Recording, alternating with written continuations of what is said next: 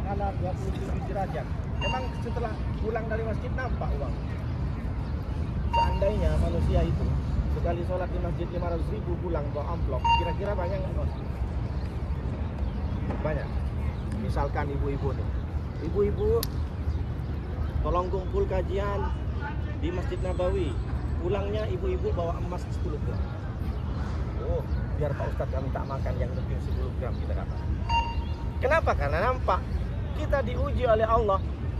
Sholat, sedekah, banyak orang yang sedekah. Manalah Pak Ustadz? Katanya sedekah, masalul ladzina yunfikuna amwalahum fi sabilillah kamathali habbatin ambatat sab'a sanabila fi kulli sumbulatin mi'atu habbah. Setiap kali orang bersedekah, maka dia akan keluar macam dia nanam satu biji itu akan tumbuh 7 cabang, setiap 7 cabang 100 biji lagi. Setiap 7 cabang ada 100 kali 7 berapa Bu? 700. Berarti kalau orang sedekah 1000, menurut Allah, ini hitungan Allah loh, matematika Allah, maka dapat berapa pahala? 700 ribu. 1000 bisa berekor 700.000, matematika Allah. Tapi apakah ketika bapak ibu masukkan ke kota infak itu 1000, datang tiba-tiba 700.000 ke rumah? Tidak. Berarti ini kan pahala gaib. Kalau orang tak percaya, orang berat bilang, apalah orang Islam ini halu, orang dibodoh-bodohin sama Al-Quran. Kata orang yang tak beriman. Jadi beriman kepada Allah, illal ladzina amanu, sesungguhnya orang-orang yang beriman, kecuali orang yang beriman. Yang tak rugi orang beriman. Beriman ini bukan cuma percaya sama Allah, tapi ketika berbuat dosa lupa sama Allah. Oh, di depan masjid Pak Ustadz dia nangis Pak Ustadz, di Raudah dia nangis Pak Ustadz, di depan Ka'bah nangis Pak Ustadz. Pulang ke Indonesia Pak Ustadz karena kebetulan dia mau calon pilkada, Pak Ustadz bagi-bagi uang. Pak Ustadz, money politik. Kenapa kau pilih nomor 1 ini? Cemana lah Pak Ustadz, anak saya dikasih 2 juta Pak Ustadz. Tapi menurut kamu yang nggak baik Pak Ustadz. Pilihan saya ini tak jelas Pak Ustadz. Mabuk-mabukan, main judi, judol. Tapi kenapa kau coblos? Ya macam mana? Anak saya 2 jutaan Pak Ustadz dikasih, dicoblos juga. Dia takut cuma di daerah Ka'bah, dia takut cuma di Raudah, dia takut cuma di Masjid Madinah. Tapi keluar dari masjid, pulang ke Indonesia, nggak ada takut-takutnya sama duit haram. Maka dia tidak beriman. Jadi bukan beriman kepada Allah bagi kita yang sudah lama menjadi Islam ini. Beriman kepada Allah bukan percaya Allah ada, malaikat itu 10, tidak. Aplikasinya itu bagaimana? Takut nggak kepada Allah? Semakin takut nggak kau sama Allah? Apa cuma santai-santai aja? Pulang dari Mekah sampai ke Indonesia, palak 7, palak 5, main gaplek lagi, nggak ada gunanya. Maka sampaikan, masukkan ke dalam diri ini, saya sudah beriman enggak? Yang kedua, makna beriman. Makna beriman percaya dengan ketetapan Allah, percaya bahwa Allah yang memberikan pertolongan. Idza sa'alta fas'alillah wa idza sta'anta fasta'in billah. Ketika engkau minta sama Allah, ketika engkau minta tolong sama Allah. Jangan minta sama dukun, jangan minta sama paranormal. Pas mau bikin acara pernikahan besar dipanggil pula Mbak Rara. Untuk apa? Pawang hujan Pak Ustadz. Aku kan di atas kan ada AC besar, aku punya remote-nya, katanya. Nah, ini tak betul, percaya pula sama Mbak Rara. Kakak, kalau kakak mau laris dagangannya, mulai besok kakak cari hewan terenggiling. Tahu terenggiling? Terenggiling makan apa? Makan semut kan? Pas makan dia nggak usah nyari Pak, nganga aja kan Pak? Nganga aja gitu kan. Nah, datang sendiri kan. Jadi gimana? Ambil lidah terenggiling, kemudian digantung di warungmu. Nanti akan ada datang semut. Jadi orang yang beli itu dia kira semut sama serangga Pak. Ini tak betul. Percaya setelah laris beneran, inilah Pak Ustadz. Gimana kamu kaya? Oh, saya punya terenggiling Pak Ustadz. Jadi dia tuh sholat, dia makan umroh berkali-kali, tapi percaya sama terenggiling bisa mendatangkan rezeki. Nah, ini sirik. Itu macam mana tuh? Ya sirik loh. Dosa besar. Lain asrakta la yahbatanna amaluka wa la takunanna minal khasirin, kata Allah. Bahkan Allah mengingatkan kepada Nabi Muhammad, ya Muhammad, lain asrakta, kalau kamu syirik menyekutukan Allah, la yahbatanna amaluka fala takunanna minal khasirin. Salatmu terbang, pahala puasamu melayang, pahala umroh dan hajimu pun sia-sia. Tak ada gunanya kamu. Kenapa? Karena dalam hatimu masih mendua. Padahal kita sudah diajarkan di dalam Fatihah, iyyaka na'budu wa iyyaka kanasta'in, kepadamu ya Allah na'budu, kami menyembah. Wa iyyaka nasta'in, dan kepada kamu ya Allah kami minta tolong. Ini yang sekarang banyak yang terjadi, iyyaka na'budu wa iyyaka dukun, iyyaka na'budu wa iyyaka paranormal, iyyaka na'budu wa iyyaka pesugihan, iyyaka na'budu wa iyyaka batu akik. Dulu zaman batu akik kan apa? Dia percaya, Pak Ustadz kalau saya pakai batu akik ini Pak Ustadz, jangankan janda, garis-garis nengok sama Ustadz. Dikasih sabar, ya kita dukun Pak Ustadz. Maka orang yang beriman dialah yang tidak rugi. Jadi sekarang kita bukan hanya sekadar iman kepada Allah, percaya kepada Allah, tidak. Yang paling tinggi adalah iman kepada qada dan qadar. Apa artinya qada dan qadar Pak Ustaz?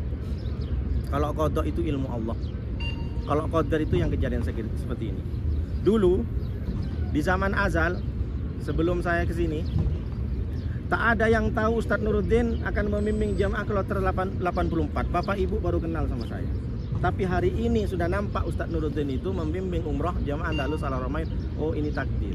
Sebelumnya apakah Bapak Ibu kenal sama saya? Tak tahu. Itu ilmu Allah. Ilmu Allah itu qada. Ilmu Allah masa takunu fil mustaqbal. Ilmunya Allah yang sudah ada 15 years old before this world created. Sebelum bumi ini diciptakan, 50.000 tahun lamanya Allah sudah tentukan bahwa nanti Pak Tayam punya keturunan, anaknya jadi kiai besar. Bapak Ibu nih, apakah tahu nanti 7 turunan nanti ada yang jadi presiden? Nggak ada yang tahu. Dari sekarang Ibu doakan, mudah-mudahan keturunan saya Pak Ustadz soleh-solehah. Meskipun nampak Ibu biasa-biasa saja, boleh jadi 7 turunan dari Ibu ada yang menjadi wali kota Batam, ada yang menjadi gubernur Kepulauan Riau. Kita dari Batam kan? Dari Batam. Kita nggak tahu. Nah, itu namanya. Jadi jangan sampai tak tahu apa bedanya qada dan qadar. Qada itu keputusan Allah yang rahasia. Sejak kapan itu? Sejak dimulai sebelum roh kita diantar. Roh kita ini kan sebelumnya ada di alam ruh, Bapak Ibu. Jadi Allah bilang, alastu bi rabbikum, wahai roh, apakah aku ini Tuhanmu? Qalu bala syahidna. Kata si orang-orang, kata si roh itu, ya Allah, kami bersaksi bahwa Engkau adalah Tuhan. Jadi roh sebelum dikirim ke badan manusia, semuanya sudah beriman. Jadi kalau ditanya iman itu sejak kapan Pak Ustadz? Sejak kami lahir. Tak salah. Iman di dalam diri manusia itu bukan sejak dilahirkan oleh seorang ibu yang mengandung 9 bulan 10 hari. Iman bagi seorang manusia itu sudah ada sejak ruh kita belum diantar ke badan kita. Kapan ruh itu diantar? Ketika penciptaan manusia anak itu umur 4 bulan, kurang lebih sekitar 120 days. Berapa tuh Pak Jani? Wah, ini 120 hari. Saya bukan sosok bahasa Inggris karena saya guru bahasa Inggris tiap hari. Berapa? 2 bulan. 40 hari. 40 days, 40 hari. Nutfah, sperma. Sperma laki-laki, sel ovum dikirim ke rahim ibu itu selama 40 hari. Setelah 40 hari sperma berubah menjadi alaqah. Alaqah itu alaq, nempel. Darah yang nempel ke rahim, macam lintah. Ibu tahu lintah? Kan ada sekarang pengobatan lintah untuk apa ya? Ke muka ada kan Bu ya? Lintah pengobatan. Pakai lintah ada kan? Iya, kesehatan muka biar semakin unyu-unyu. Ada disedot ya Bu, ya sedot. Ada pengobatan lintah. Ustadz lintah pun banyak juga yang nawarin di koran. Kalau ini, kalau Anda pengen besar katanya, entah apa yang dibesarin. Ada tuh Pak Gep. Lintah itu banyak. Oh, lintah. Jadi alaqah 40 hari darah, 40 hari sperma, 40 hari darah, 40 daging mudghah. Mudghah itu segenggam, sekepal. Berarti kita ini asal mula dari sperma 40 hari, 40 hari alaqah, 40 hari mudghah, baru ditiupkan ruh. Jadi ketika sperma ini belum ada ruh. Ketika menjadi alaqah, darah nempel ke rahim, yang nempel-nempel di dinding rahim, itu belum ada ruh. Ketika daging 40 hari, barulah umur 120 ditiupkan ruh. Fayunfakhu fihi ruh wa yursalul malaku wa yunfakhu fihi ruh. Diutus satu malaikat oleh Allah untuk membawa nih ruhnya Nuruddin. kau tiup ke ibunya Nuruddin. Nampaknya Nuruddin udah seumur 120 kata Allah. Siapa nama malaikat? Tak disebutkan sama Allah. Malaikat itu yang disebutkan cuma 10 yang wajib kita ketahui, 10 yang kita tahu. Setelah itu malaikat kiraman katibin, hafidin kiraman katibin, kiraman katibin. Kiraman katibin yang malaikat yang siap menulis apa saja yang dilakukan manusia. Mau di toilet, mau di kamar mandi, malaikat siap. Ini jelek apa buruk? Yang jelek tulis, yang buruk tulis. Jadi kita ini setiap hari CCTV-nya malaikat, Pak. Namanya kiraman katibin. Katibin yang tukang tulis. Satu manusia, satu malaikat. Malaikat banyak Pak Ustadz, banyak tak terhitung. Seperti di Baitul Ma'mur, Ka'bah, lurus dengan Ka'bah, di atas langit ketujuh namanya Masjid Baitul Ma'mur. Wal Baitil Ma'mur, demi Masjid Baitul Ma'mur. Itu tempatnya malaikat yang keliling. Dulu malaikat kan tawaf di Ka'bah. Tapi semakin banyak manusia sudah tak di situ lagi. Dulu waktu zaman Nabi Ibrahim itu tawaf malaikat. Lalu pindah ke sana, ke Baitul Ma'mur. Dia keliling juga tawaf. Apa bacaannya? Subhanallah walhamdulillah wala ilaha illallah. Jadi seandainya ada orang di Baitul Ma'mur, malaikat lempar batu, dilempar dari Baitul Ma'mur lurus ke Ka'bah. Namanya Baitul Ma'mur. Makanya Nabi Adam, jadi kalau ditanya Ka'bah itu kapan pertama kali dibangun, bukan Nabi Ibrahim, tapi Nabi Adam. Jadi Nabi Adam itu rindu, ya Allah saya rindu dengan ibadah di Baitul Ma'mur. Tolong saya buatkan rumah. Makanya Wudi alin nasi bibakatah.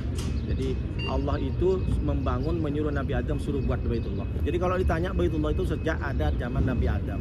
Kena banjir zaman Nabi Nuh, hancur semua, tinggal berkeping-keping. Datanglah Nabi Ibrahim, dari zaman Nuh ke Nabi Ibrahim barulah direnovasi. Jadi kalau ditanya sejak kapan Ka'bah, bukan sejak Nabi Ibrahim, sejak Nabi Adam sudah ada. Memang Allah, untuk apa Allah biar manusia itu menandakan dan mengetahui tanda-tanda kebesaran Allah. Bukan berarti kita suruh nyembah Ka'bah, tidak. Makanya kita kalau sampai Ka'bah Bapak Ibu jangan sampai terlalu menangisi bahwa ya kalau menangisi dosa tak apa-apa, tapi jangan menganggap dalam hatinya Ka'bah ini adalah Tuhan sampai segitunya. Biasa saja. Karena menengok Ka'bah dari jarak jauh pun itu sudah ibadah. Jadi kita nih tak ngapa-ngapain di depan Ka'bah itu, nanti kita nengokin Ka'bah itu sudah ibadah. Makanya kita ketika nengok Ka'bah itu kita sunnah berdoa, Allahumma zid hadal baita ta'ziman wa tasyrifan wa takriman wa mahabatan. Ya Allah, tambahkanlah ke Baitullah ini keagungan, kemuliaan, keagungan, wa mahabatan, dan kewibawaan. Allahumma zidha karramahu wa adamahu. Dan setiap orang yang melihat dan mengagungkan Ka'bah ini, tambahkan juga orang yang mengagungkan Ka'bah, orang yang melihatnya dengan kemuliaan, maka Allah tambahkan kemuliaan kepada orang. Jadi Bapak Ibu kalau sudah sampai di Mekah, nengok Ka'bah itu adalah ibadah. Jadi tak perlu banyak-banyak, bukan tak perlu banyak-banyak. Kalau Bapak Ibu capek berzikir depan Ka'bah, sudah cukup tengokin Ka'bah. Sambil berdoa, ya Allah, kabulkan permintaan saya, Allah. Selama ini saya belum begini. Selama ini saya mau daftar haji, ya Allah, tapi kok nggak lulus, hanya cuma umroh. Tolong ya Allah, anak-anak saya bisa sampaikan ke umroh. Jadi yang pertama, kalau kita tidak mau jadi rugi, kita beriman kepada Allah, termasuk kita beriman kepada qada dan qadar. Setelah 120 hari baru nanti berroh. Berarti kan begini, ruh kita itu diantar oleh siapa, Pak? Ruh kita diantar oleh siapa? Malaikat. Malaikat diperintah Allah diantar untuk membawa rohnya Nuruddin, ditaruh ke badan. Makanya kita itu mati, kenapa? Karena badan kita udah tak bisa menopang. Kalau roh hidup terus, roh itu sehat. Makanya ketika mimpi itu Bapak Ibu tua muda, mimpinya kan masih muda nampaknya di mimpi. Jadi roh kita diantar, lalu kemudian ketika roh ini sudah dikehendaki oleh Allah, diambil oleh Allah, dijemput oleh malaikat maut namanya, diantar oleh malaikat yang tak punya nama, nanti dijemput. Jadi kalau roh itu datang diantar, pulang dijemput. Kalau Jai Langkung datang tak diundang, pulang tak dijemput. Nah itu Jai Langkung. Beda tipis aja sama roh. Nah, kalau roh itu diantar, kemudian nanti kalau Allah pengen balik lagi, jadi ngapain kita harus takut mati? Berarti kalau kita dipanggil oleh Allah itu adalah orang yang dikehendaki Allah. Makanya orang meninggal disebut al apa Pak? Kalau laki-laki almarhum, kalau perempuan tahu artinya apa Pak? Bu? Almarhum itu yang disayang. Laki-laki almarhum. Kalau almarhumah perempuan yang disayang oleh Allah. Berarti kita meninggal adalah orang yang disayang. Tapi jangan gara-gara ini pulang ke Indonesia panggil sama istrinya almarhumah. Apa kabar Mama Kok almarhumah? Ini gara-gara Ustadz Nuruddin nih katanya. Nah, besoknya juga bilang ibunya, Papa almarhum katanya. Kenapa kok dibilang almarhum? Kan yang disayang Allah. Bukan begitu maksudnya. Jangan pula dipraktekan. Jadi kita ini sudah diingatkan sama Allah, jangan sampai kau rugi. Berapa banyak 24 jam kita gunakan untuk apa? Lebih banyak tidur apa lebih banyak sholat? Kalau tidur kita 8 jam Pak Ustadz. Kalau nggak tidur 8 jam nanti akan naik semua penyakit Pak Ustadz. Diabetes meletus, asam lambung naik semua Pak Ustadz. Jadi gimana? Sholat 5 kali sehari, itu pun 10 menit. Maka kita diingatkan oleh Allah, maka tidak rugi orang-orang yang beriman. Yang beriman, yang pertama, ilal ladzina amanu wa amilus sholihah. Jangan hanya kamu percaya pahala, percaya siksa, percaya kubur, percaya hisab, tapi kamu tidak beramal. Maka kalau kamu tidak masuk ke kategori orang yang merugi, maka beramal soleh. Buktikan, makanya dibilang fasik kalau orang tahu tapi tidak melakukan. Tahu kalau ini haram tapi kok dilakukan. Tahu kalau ini adalah wajib tapi kenapa disia-siakan. Maka harus beramal soleh. Illal ladzina amanu wa amilus sholihah. Orang yang tidak merugi yang kedua adalah orang yang beramal. Wa amilus sholihah wa tawasau bil haqqi wa tawasau bis sabri. Yang ketiga adalah saling mengingatkan tentang kebenaran. Bapak Ibu saling ingatkan kalau itu salah, Pak. Mohon maaf, Pak. Tadi Bapak sholat auratnya kebuka. Kalau bukan jemaah di rumah, anaknya Pak RT. Datang anak lajang itu ngunjungin anak Pak RT, pacaran. Ngomong ngalur ngidul di depan rumahnya. Ibu berdampingan. Terus ibu nggak negur, ibu dosa. Bapak nggak negur. Ya gimana lah Pak Ustadz, neraka kami. Katanya kalau ditegur, nerakamu bukan nerakaku, surgamu bukan surgaku. Jadi kamu urus urusanmu, urus surgamu, urus nerakamu. Anak gadis ditegur sama tetangganya. Dok, Neng, ini udah jam 12 loh. Aku tengok dari tanah kamu pegang-pegangan sama cowokmu. Tak baik loh, kamu anak Pak RT. Kamu ngatur-ngatur aku. Ini rumahku, ini pacarku, ini uangku, ini kopiku. Kenapa kok ikut campur? Bapak Ibu jawab, memang itu rumahmu, memang itu motormu, memang itu duitmu. Tapi kalau kena tsunami aku juga mati. Bodoh. Kalau tsunami itu, apakah orang yang berdosa aja yang mati? Ada misalkan selalu komplek itu isinya orang kumpul kebo semua. Kalau Allah azab, apakah yang sholat rajin berjemaah nomor 10 itu tak mati? Bisa mati juga. Coba tengok tsunami itu 2004. Hanya masjid aja yang selamat. Apakah di antara orang yang meninggal itu apakah banyak pendosa? Tidak. Ada seorang ustaz, ada seorang kiai. Jadi ketika Bapak Ibu negur anak orang yang bermaksiat, negur orang yang berbuat dosa, itu sebenarnya bukan mengingatkan dia saja, tapi menyelamatkan kita. Sebenarnya meskipun Allah sudah sampaikan, wa ma kana Allahu yu'adzibahum wa anta fihim. Muhammad, selama kau ada di dunia ini, maka aku tidak akan mengazab mereka. Tapi sekarang Nabi Muhammad sudah tidak ada. Tapi Allah lanjutkan kalimatnya, wa ma kana Allahu mu'adzibahum wa hum yastaghfirun. Aku juga tidak akan menyiksa selama kalian beristighfar. Untuk banyak orang yang istighfar. Untung ada anak muda di Batam contohnya. Ada anak baik kerusuhan Batam. Baik kerusuhan, kalau kita tak tahu itu kan preman, mabuk-mabukan bertato. Tapi ini mengisi kajian-kajian subuh. Untung ada anak muda yang masih istighfar. Jadi meskipun di Pasifik, meskipun di Planet Holiday, meskipun di Nagoya kampung bule banyak orang bermaksiat, tapi banyak juga yang istighfar. Makanya Allah tidak langsung balikkan Batam. Betul Pak Joni? Banyak nggak maksiat di Nagoya tuh Pak Joni? Banyak. Kalau Pak Joni tahu harus tegur. Jadi untung tak disiksa sama Allah. Kenapa? Karena masih banyak orang-orang soleh yang umroh, yang beristighfar, yang ngaji Al-Quran di masjid-masjid, ibu-ibu yang majlis taklim, masih banyak rupanya. Jadi Allah biarkan saja. Mana tahu mereka bertobat. Mereka pelayan-pelayannya itu adalah pelayan orang-orang Islam semuanya. Tapi karena terbentur dengan pekerjaan, mohon maaf saya sampaikan, di Batam itu kan ada istilah message plus, ya kan? Sepa, kedoknya seperti itu. Kemarin kan saya sempat bergabung Pak sama orang-orang yang ingin beratas, tapi saya tak mau. Nanti kan berakibat kepada figur bukan berarti tidak mau saya sampaikan. Saya munahi mungkarnya bukan melewat dengan kekerasan, bukan harus memporak-porandakan atau merusak, tapi lewat kajian, lewat dakwah, lewat video dan lain sebagainya. Jadi kita sebagai orang yang kalau tak merugi, nomor 3 ini harus saling menasehati dengan kebenaran. Dan yang keempat, ketika Bapak Ibu sudah menasehati orang dengan kebenaran, jangan lupa watawasau bis sabri. Berapa banyak orang yang ngasak, Bu? Apa namanya itu? Ibu-ibu masih taklim, Buntik, Bunda Cantik, Bu Chan, Bunda Cantik, Jeng gitu, say, ayo kita kajian dong. Kan gitu kan, ngajak di WhatsApp. Jangan lupa besok hadir ya. Alah, baru berkajian besok, sok alim, sok solehah. Dicibir, kita ngajak pengajian, diajak pula. Ya memang begitu, watawasau bis sabr. Ketika engkau sudah mengajak watawasau bil haq, jangan lupa kau sabar.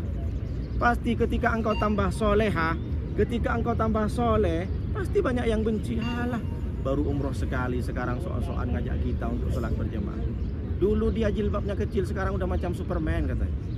Bawa, diejek, sakit hati, sakit Pak Ustadz, sakit. Makanya kalau kita nggak sakit, langsung kita ucapkan di dalam sholat itu kabira walhamdulillahi katsir. Allahu akbar, Allah lah yang besar. Ternyata Allah yang besar, aku tak besar. Jadi kalau ada orang yang meremehkan kita, kita santai saja. Banyak orang yang benci sama kita, ngapain kita sakit hati? Karena engkau itu kecil, yang besar cuma Allah. Jadi kalau mengejek Allah baru kita marah. Kalau cuma ngejek kepada kita, santai aja. Long dia itu juga kecil, belum tentu dia masuk surga. Jadi jangan sakit hati. Pak Ustadz kalau diajak sakit hati, sakit hati juga sih, sikit-sikit. Jadi maksudnya apa? Kalau kita besarkan Allah, maka semua orang dalam hati kita yang benci sama kita kecil. Kalau kita agungkan Allah, tidak ada yang agung manusia, hanya selain Allah yang agung. Kita tuh menganggap orang yang benci sama kita, sindir-sindir kita, santai aja kita. Jadi harus sabar. Makanya terakhir ini sabar. Amal soleh, orang yang beriman beramal soleh, saling menasihati kebenaran, dan terakhir harus sabar. Berapa banyak orang ketika sudah soleh cobaannya banyak. Ketika sudah hasiban nasu ayyutraku ayyakulu amana wa hum la yuftanun. Apakah kamu mengira manusia ketika engkau sudah bertambah imannya, aku tidak akan uji? Jangan dikira orang yang sudah rajin mengaji, rajin sholat, rajin berzikir, tiba-tiba tak ada ujian. Semakin besar iman kita, maka semakin besar peluang ujian yang datang ke kita. Itu pasti itu. Jadi banyak orang yang mengeluh, kenapa saya semakin rajin sholat Pak Ustadz kok ujian saya bertambah? Memang seperti itu. Ahasiban nas ayyutraku ayyakulu amana wa hum la yuftanun. Emang kau mengira, kata Allah, itu langsung Allah sendiri. Emang kamu kira manusia kalau engkau sudah itu sering berzikir terus tiba-tiba tak ada ujian? Tak. Justru yang semakin banyak ujiannya. Kenapa Pak Ustadz? Ya, Nabi dari Nabi Adam sampai Nabi Muhammad, berapa banyak ujiannya. Kita ujiannya cuma apa? Tak ada duit, suami merepet, istri merepet, anak nakal. Cuma itu ujiannya. Nabi Ayub kena borok 40 tahun, coba bayangkan, banyak ulat. Ulatnya bukan ulat biasa, belatung. Ibu tahu belatung? Ini kita nih. Sebelum sembahyang dibuang dulu. Istrinya sabarnya luar biasa. Kalau ada sekarang suami udah tak sembuh-sembuh kena belatung, mungkin istri sudah berpindah ke lain hati. Cuma adalah Pak Ustadz, dipegang tak boleh suami Pak Ustadz. Dibungkus suaminya, ditaruh di kamar, tak disentuh lagi. Ada kawan saya, tak saya sebutkan, karena hanya gara-gara sakit paru-paru basah. Yang kawan saya ini PNS, tapi alhamdulillah dah sembuh. Yang istri ini cuma admin kantoran. Ditinggal gitu aja Pak, sama perempuannya. Ditinggal nikah lagi, kurang kasihan saya. Tak saya sebutkan. Yang perempuan, yang laki-laki ini orang Madura asli, tapi jadi PNS di Batam, guru. Sekarang udah tambah sehat, tambah guru. 4 bulan dirawat rumah sakit, ditinggal Pak. Baru diuji kayak gitu. Nabi Ayub, Nabi Nuh, diuji bukan diuji biasa, bukan cuma banjir. Istri dan anaknya durhaka. Coba bayangkan, anak yang dididik dari kecil, istri yang ditemani di tempat tidur sama Nabi Nuh, neraka Pak. Nabi Adam apalagi ujiannya, diuji sama setan, iblis, dikeluarkan dari surga. Banyak lagi. Jadi kalau kita dibanding ujian dengan nabi-nabi, tak sebanding dengan apa. Berapa sih ujian kita? Gak ada. Diambil istri kita, diambil suami kita oleh Allah. Anak pun meninggal, istri meninggal, suami meninggal, di kampung orang tua meninggal, semuanya, harta pun habis. Biasa saja. Kenapa? Karena ibadah yang paling tinggi di sisi Allah adalah bukan sholat berlama-lama sujud. Ibadah yang paling tinggi di sisi Allah bukan umrah berkali-kali. Ibadah yang paling tinggi di sisi Allah bukan yang banyak sedekahnya. Tak apa itu Pak Ustadz? Ridho dengan ketetapan Allah. Apapun yang diberikan oleh Allah, ridho.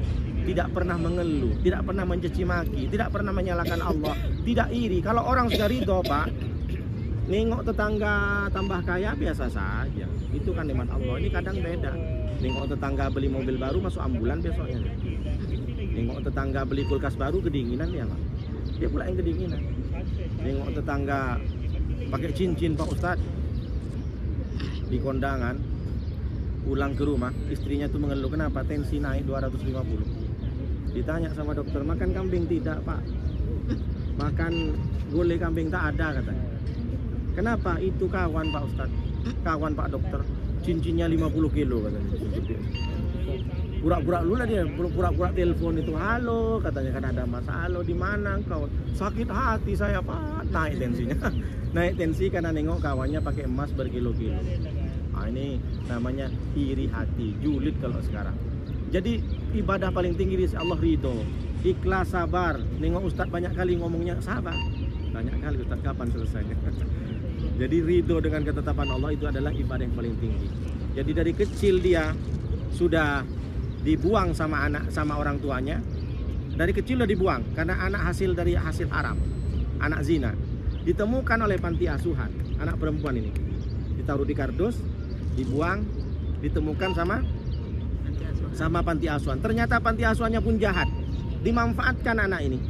Bukan disuruh ngaji, tapi disuruh jualan, tak dikasih uang, baju pun tak dibelikan. Kan tersiksa ini. Tapi dia tetap rajin sholat, tetap dia mengaji. Sampai keluar dari panti asuhan, menikah. Disangkanya laki-laki itu baik. Rupanya suaminya macam Fir'aun, KDRT, sholat tak sholat, ongkang-ongkang aja kaki, kerja tak mau kerja. Yang perempuan ini malah yang kerja, gosok ke rumah orang, cari apa namanya, memulung. Suaminya cuma beli rokok, buatin kopi. Udah lebih kejam dari Fir'aun, Pak. Dari kecil udah dibuang sama orang tuanya. Setelah besar sedikit diterima oleh panti asuhan pun jahat, ketemu sama suami Fir'aun. Suami macam Korun. Korun masih mending kaya. Fir'aun udah tak mau sholat lagi. Setelah punya anak pun durhaka, Pak. Coba bayangkan, bertubi-tubi ujian, tapi dia tetap sholat, Bu. Meskipun punya suami, setiap kali datang anaknya, itu anak yang durhaka ini, ketika datang anaknya naik motor kompet, bang, deg-degan jantung. Kenapa? Anakku datang. Kenapa kau takut sama anak? Dia pasti minta uang. Dia habis main judi. Kalau tak dikasih uang, dia akan hancurkan kaca ini. Dia akan lempar piring ini. Dulu perempuan-perempuan di zaman Belanda, mereka takut dengan Jepang, mereka takut dengan tentara Belanda. Ini takut sama anak, Pak. Ini contoh gambaran, dan banyak itu terjadi. Orang tua takut sama anak. Kenapa? Karena dia salah mendidik anaknya. Banyak kan sekarang. Ini bukan cerita yang tadi. Banyak anak-anak perempuan, ibu-ibu nih, gimana lah Pak Ustadz, saya nih anak saya biar senang Pak Ustadz. Akhirnya ketika senang anaknya, orang tuanya dibuang. Setelah sudah berak di tempat, kita nih naudzubillah min dzalik, mudah-mudahan anak kita sayang sama kita. Umur 70 tak bisa bergerak kita ngompol di ranjang, kita berak di ranjang. Anak kita udah tak mau ngerawat, ditaruh di panti jompo. La ilaha illallah. Ternyata di panti jompo tak diurus. Naudzubillah min dzalik. Didik anak dengan baik, Bapak Ibu. Jangan sampai anak kita durhaka pada kita. Kita mungkin masih sehat karena muda. Nanti kalau kita umur 80 tahun, anak sibuk. Kenapa kok nggak ke rumah? Aku sibuk, istriku, Mak, ngajak jalan-jalan terus, Mak. Nanti lah, Mak. Si anak laki-laki itu sibuk sama istrinya. Iya, kalau istrinya macam bidadari, entah gimana ceritanya. Kalau cantik, oke lah katanya. Ada nggak seperti itu? Ada, sibuk. Kenapa kok nggak ke rumah? Lebaran kok nggak balik kampung? Aduh gimana, Mak? Istriku minta jalan-jalan, Mak, ke Eropa, Mak. Anak laki-lakinya itu padahal dulu yang dicoboin sama maknya, yang dielus-elus sama mamanya, disusuin 2 tahun sama mamanya. Setelah punya istri lupa sama mamanya. Naudzubillah min dzalik. Belum lagi istrinya ada di Jakarta, mamanya di kampung di Jawa. Tak pulang-pulang. Naudzubillah, ya Allah. Mudah-mudahan jauhkan, mudah-mudahan anak kita sayang sama kita. Jadi apa maknanya? Bahwa ketetapan setelah dapat anak durhaka, dia pun berdoa setiap hari, ya Allah. Biasanya orang tua berdoa untuk anaknya itu mudah-mudahan soleh. Ini enggak. Ya Allah, kalaupun memang anak saya yang durhaka ini, ya Allah, masih lama hidupnya, tolong ya Allah, kasih kecelakaan dulu. Kalau memang dia sudah waktunya cepat mati, ya Allah, matikan sekarang ya Allah. Orang tua dari saking tak kuatnya kepada anak yang durhaka, mendoakan kepada Allah untuk mati anak. Dari kecil sudah dibuang, ketemu sama panti asuhan yang jahat, ketemu sama suami macam Fir'aun, dapat punya anak pun durhaka, tapi dia tetap ridho dengan ketetapan Allah. Dia tak pernah mengeluh, dia berdoa sama Allah. Padahal hidupnya ini luar biasa, tersiksa. Ketika meninggal dia senyum dia, Pak. Ketika meninggal perempuan ini senyum. Kenapa senyum? Ternyata kata Nabi, orang meninggal itu ada dua, al-mustarih wal mustarah minhu. Orang meninggal, ada orang yang meninggal itu istirahat karena dia sudah min nasobid dunia, dia sudah terbebas dari malapetaka dunia, karena di dunia ini tersiksa betul dengan keadaan, tersiksa dengan suami KDRT, tersiksa dengan anak durhaka. Ketika meninggal senyum. Kita pengen, Pak, orang yang betul-betul istirahat. Makanya ada mengatakan kita antarkan ke tempat peristirahatan. Kenapa? Ini termasuk orang yang mustarih. Orang mustarih itu adalah meninggal karena dia sudah lepas dari siksaan dunia dan dia senyum. Seperti siapa, Pak Ustadz? Buya Hamka. Ada yang orang Minang di sini. Buya Hamka meninggal senyum. Kenapa senyum? Selama hidupnya dia disiksa, ditahan sama pemerintah kan. Di tahanan dia buat buku. Dianggap ini akan berbahaya. Kiai ini akan berbahaya, akan menggerus nasionalis pada saat itu Soekarno ya kalau nggak salah. Tapi ketika meninggal senyum. Kenapa? Dia merasakan kenikmatan kematian. Tapi ada yang kedua, Pak, wal mustarah minhu. Ada orang meninggal, orang lain yang senyum. Kemana sih abang? Mampus Pak Ustadz. Kenapa mampus Pak Ustadz? Itu Pak Ustadz di pasar dipalak kami semua Pak Ustadz. Sekarang kemana? Mampus Pak Ustadz. Alhamdulillah Pak Ustadz. Jangan sampai kita masuk ke tipe yang kedua. Siapa yang tipe kedua ini mustarah? Siapa saja yang senyum? Yang pertama al-bilad. Sejak meninggal pemimpin itu Pak Ustadz, negara ini makmur, tidak ada banjir, tidak ada kemarau, karena dulu dia kejam dan zalim menjadi pemimpin Pak Ustadz. Lalu yang kedua, siapa yang senyum? Ad-dawab, hewan-hewan pun senyum Pak Ustadz. Ketika dia masih hidup Pak Ustadz, asli nak dibunuh semua hewan-hewan Pak Ustadz. Masuk ke hutan tuh Pak Ustadz, ambil obor, entah apa ceritanya di otaknya itu Pak Ustadz. Semut-semut yang di hutan yang tak salah apa, dibakar semua. Ada gak seperti itu? Entah gimana hobinya orang ini kan, masuk ke hutan asik nak dibakar semuanya, dibakar. Padahal semut itu kan tidak nyakitin dia. Dulu Pak Ustadz masih hidup, dia punya burung Pak Ustadz. Burung disangkanya dia untuk hiburan, rupanya dilombakan Pak Ustadz, lomba burung. Ada lomba burung.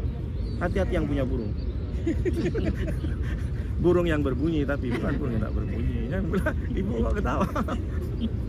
Selama hidup Pak Ustadz merpati itu Pak Ustadz, ketika meninggal bapak itu Pak Ustadz, diambil kunci burung-burung yang merpati itu Pak Ustadz sama istrinya. Nah, dibuka burung merpati. Sekarang bapak udah mati, kok sanalah pergi keluar. Kata istrinya, keluarlah burung itu. Senang burung itu terbang. Alhamdulillah. Cuma bapak ibu tak dengar kan? Alhamdulillah, bosku udah mati katanya. Mampus, aku udah bebas. Sekarang waktunya cari gadis katanya. Si burung itu Pak. Nah ini kan ecek-eceknya aja. Dicarilah gadis, rupanya nggak ada yang mau. Rupanya dia bujang lapuk Pak. Merpati sudah bertahun-tahun dia disangkar, diikat di dalam, masukkan. Coba bayangkan, kejam dia Pak, si yang punya burung ini Pak. Akhirnya dia sadar, oh ternyata aku bujang lapuk. Tapi setidaknya aku sudah senang. Dulu aku dikurung terus, sekarang aku bebas. Maka orang yang kedua ini, yang lain ikut senyum. Bukan cuma negara, hewan pun ikut senyum. Yang ketiga, tanaman-tanaman, pohon-pohon, wasyajar, semuanya senang. Dulu masih hidup tahu Pak Ustadz, setiap ada pohon ceri, pohon mangga asik nak ditebang Pak Ustadz. Padahal ini tempat untuk rindang, padahal ini tempat fasum Pak Ustadz, untuk kita duduk-duduk Pak Ustadz. Ditebang sama dia Pak Ustadz, semua pohon-pohon ditebang. Maka ketika orang itu meninggal, pohon pun ikut senang. Alhamdulillah, yang tukang tebang pohon sudah mati sekarang. Dan yang keempat, siapa Pak Ustadz? Yang keempat, manusia. Manusia ikut senang. Kemana dia? Mati Pak Ustadz. Alhamdulillah, sekarang aku udah tenang hidupku di komplek ini. Kenapa? Masih hidup Pak Ustadz. Setiap maghrib pasti nak hidupin motor Pak Ustadz. Tet, drang, semua Pak Ustadz. Pagi-pagi musik jedak-jeduk Pak Ustadz. Saya mau negur tak enak Pak Ustadz, tapi alhamdulillah sekarang mati Pak Ustadz. Ingat, siapapun di antara kita, jangan kita masuk kategori orang yang ketika mati kita orang lain senang. Maka koreksi perbuatan kita, koreksi ucapan kita, apa ya perilaku kita di komplek, di tetangga. Jangan sampai orang lain Kita mati orang lain tepuk tangan. Nah, mati kan? Kenapa dia? Tukang fitnah Pak Ustaz. Kenapa dia? Tukang gosip Pak Ustaz. Setiap malam Pak Ustaz dia duduk di bahan pohon ceri dan pembangga, semua orang diomongin Pak Ustaz. Kami berantem gara-gara mulut dia Pak Ustaz. Tukang fitnah Pak Ustaz. Mati dia bukan senyum tapi menganga dia. Kenapa mati waktu itu Pak Ustaz? Nonton sinetron Pak Ustaz. Tokoh yang bagus terus mati, langsung jantungan Pak Ustaz. Makanya kita pengen mati pas pengajian. Kita pengen mati pas lagi sujud. Apalagi kita pengen mati di depan Ka'bah. Tapi jangan minta mati besok untuk menumpang. Kan pula orang yang meninggal di depan Ka'bah lagi ihram, lagi tawaf, lagi sujud, Masya Allah. Tapi tak bisa kita request. Kematian seperti itu tak bisa request. Maka kita pengen menjadi orang yang tidak merugi di dunia, karena kita termasuk orang yang beriman, orang yang mengamal soleh, yang beramal soleh, orang yang sabar, yang saling menasehati dengan kebenaran, dan yang terakhir meninggal kita dari dunia ini menjadi orang yang mustarih, yang betul-betul istirahat dari siksaan dunia, tapi kita kembali kepada Allah dengan senyuman. Irji'i ila rabbika radiyatan mardiyah fadkhuli fi ibadi wadkhuli jannati. Pulanglah engkau wahai jiwa yang tenang, kamu ke kampung halaman. Kampung halaman kita di mana, Bu? Surga. Karena manusia diciptakan pertama di surga. Berarti kita itu pulang ke Allah, pulang ke surga. Jadi kalau kita pulang kampung, kenapa kita harus risau? Kalau balik kampung, kenapa kita sedih? Jadi kalau mati kita nggak sedih karena kita pulang kampung. Berapa banyak orang santri 1 tahun tak balik dari pondoknya, pulang ke rumahnya, senangnya luar biasa. Bapak ibu selesai umroh, senangnya disambut, ya Allah. Kenapa? Pulang kampung. Lah kalau mati kenapa harus sedih?